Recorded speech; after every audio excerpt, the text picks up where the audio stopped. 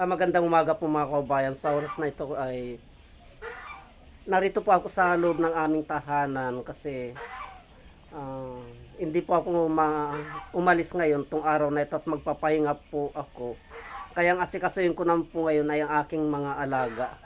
Ang aking gansa kasi nalulungkot ng ilang araw na yung aking gansa. Kaya tara na po, samahan niyo po ako at titignan ko po yung aking gansa.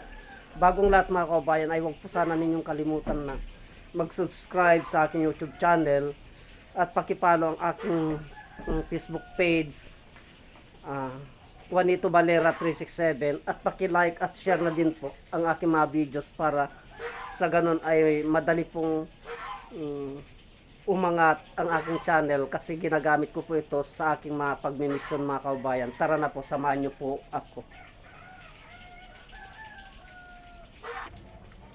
Tulad ng araw-araw po mga kaubayan, na pag ako po lumabas na dito sa aming bahay ay nagkakagulo ng aking mga alaga. Kaya titingnan ko po kung kanin ko sikasuhin ko itong aking gansa kasi nalulungkot po siya. Yan po, sunod ng sunod sa akin.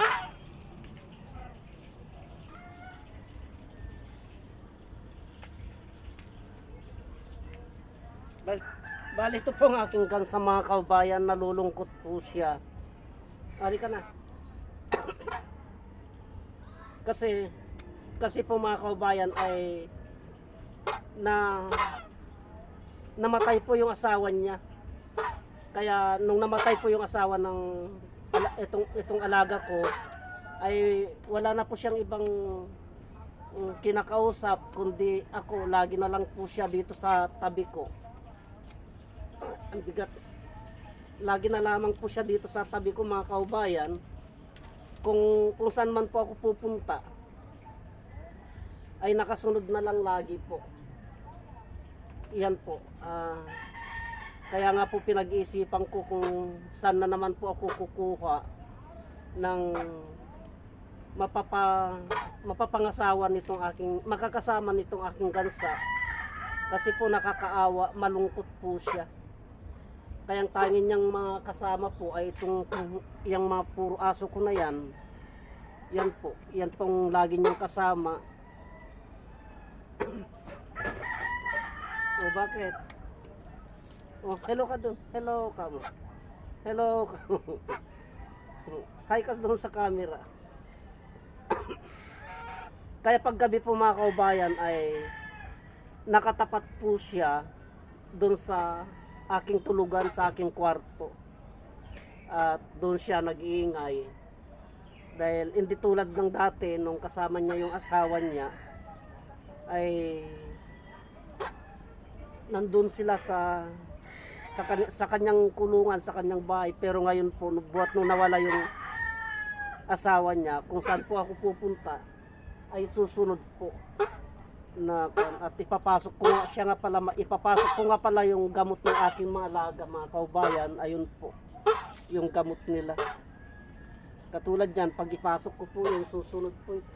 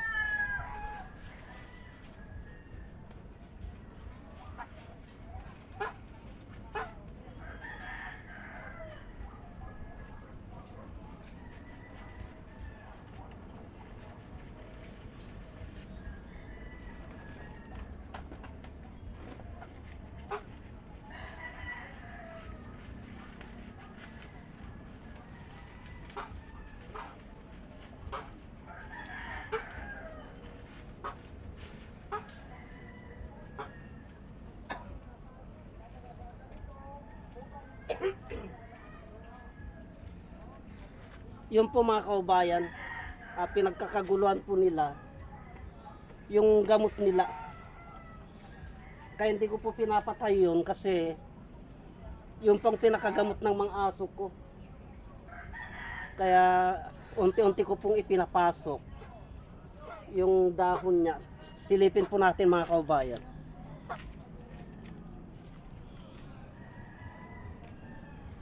Ito po itong halamang gamot na ito mga kaubayan. Kung may ganito kayo sa inyong tahanan o alaga, huwag niyo pong baliwalain ito. Kasi po gamot ng mga aso po ito. Ito yung tinatawag namin na uplas o kaya IS. Yan po. Wali ka na gansoy.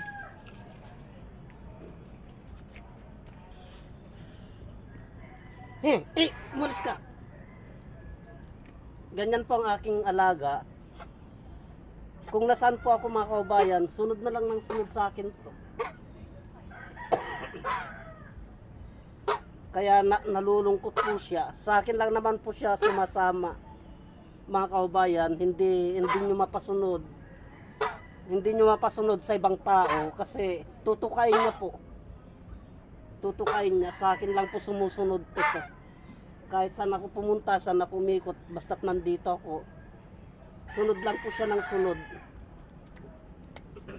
Mabigat. Ang bigat niyang kargain. Kasi buhat ng maliit po ito, kinakarga ko na po ito mga kaubayan, pero ang bigat niya eh. Baba na. At sana nga po ay makakita ko ulit ng makakasama niya para hindi po siya malungkot. O babay ka na sa video. O babay na. Babay ka na. O babay ka. Ay, nanuno ka na. Nainis na. Pag ganito po, nainis na yan.